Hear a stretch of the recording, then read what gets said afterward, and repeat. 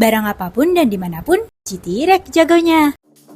Kalau ngomongin motor custom, pasti nggak ada habisnya. Lebih dari sekedar hobi, motor custom udah jadi bagian dari gaya hidup dengan komunitas dan culture-nya sendiri. Komunitas motor custom yang terus berkembang ini otomatis bikin permintaan baru terus muncul. Nah, hal inilah yang menjadi peluang besar, terutama buat kamu yang mau terjun ke dunia otomotif. Tapi sebelum itu, penting banget buat paham dulu, kalau di antara pecinta motor custom ada dua tipe orang yang berbeda. Ada yang fokus di tampilan dan ada juga yang mikirin performa. Kelompok pertama biasanya lebih peduli sama gaya, detail, dan feel setiap lihat motornya. Sementara kelompok kedua lebih kritis soal kualitas part, daya tahan, dan fungsinya di jalan. Artinya, kamu nggak bisa pakai pendekatan yang sama ke semua orang. Harus pintar baca kebutuhan tiap kelompok biar barang yang kamu sediain tepat sasaran.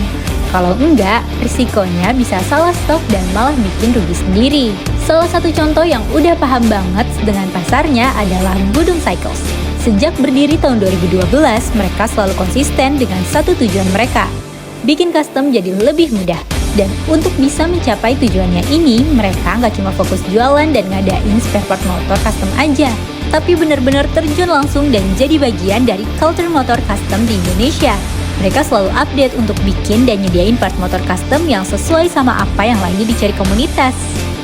Harapannya, kehadiran Budung bisa ngebawa semangat baru dan bikin dunia motor custom Indonesia makin hidup. Dan terbukti, strategi inilah yang bikin mereka bisa bertahan sampai 13 tahun lebih.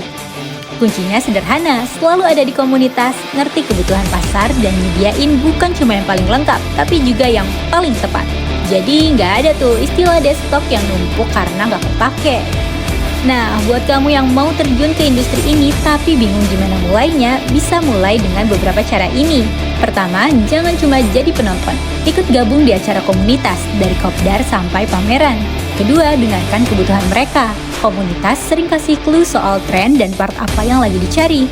Ketiga, kontribusi. Bisa jadi sponsor kecil, kasih diskon khusus member, atau bahkan sekedar support aktivitas mereka. Akhirnya, dari sini kita bisa belajar bahwa di dunia motor custom, jualan spare part aja nggak cukup.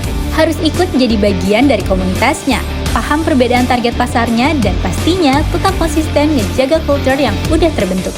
Karena pada akhirnya, kultur inilah yang bikin bisnis bisa berjalan dan tetap bertahan.